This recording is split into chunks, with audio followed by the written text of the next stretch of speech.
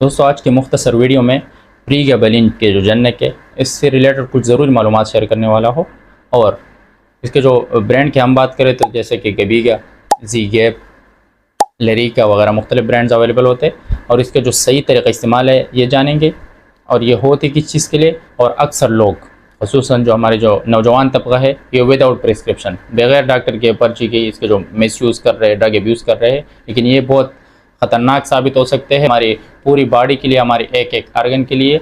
बाकी जो नशावर चीज़ें हैं जिस तरह के अल्कोहल, हेरोइन, अफीम वगैरह इससे भी ज़्यादा मुज़र साबित हो सकते हैं। दोस्तों, सबसे पहले इसके जो बेसिक है इसके ऊपर बात कर लेते हैं।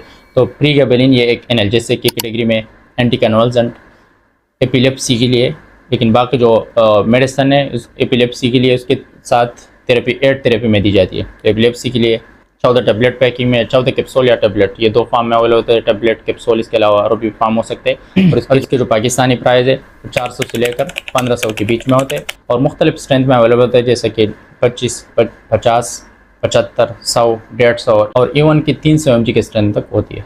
और ये मुख्तलिफ किस्म इशूज़ के लिए यूज़ होते हैं। तो यूज़ इसकी बात कर लेते हैं कि डॉक्टर हज़रात कब पेशेंट के ऊपर यूज़ कराते हैं। एक तो ये, अगर किसी को ये एनाल्जेसिक के तौर पे यूज़ करते हैं, लेकिन बाकी एनाल्जेसिक जिस तरह के डाइक्लोफेनेक, सोडियम, पोटाशियम वगैरह इसकी तरह नहीं है।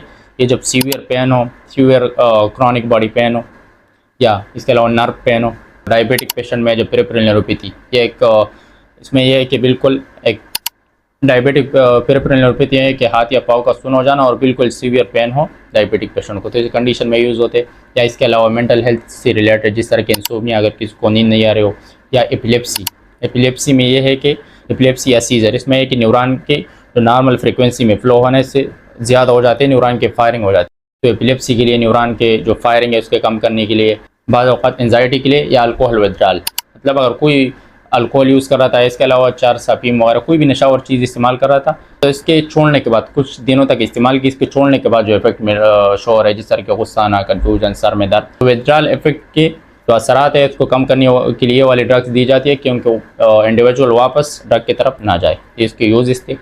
अब आते हैं इसके मैकेनिज्म ऑफ एक्शन कि हमारे जिस्म में काम कैसे करते हैं। ठीक है, एंजाइटी के लिए, इंसोम्निया के लिए, या एपिलेप्सी के लिए, शियाटिक पेन के लिए, लेकिन ये हमारे जिस्म में काम कैसे करते हैं।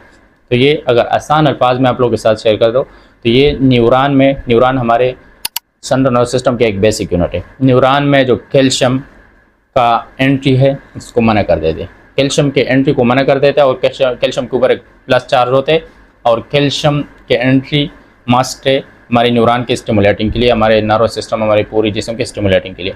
जब कैल्शियम की एंट्री नहीं होती, इसको ब्लॉक कर दिया, तो फिर इसके नतीजे में हमारी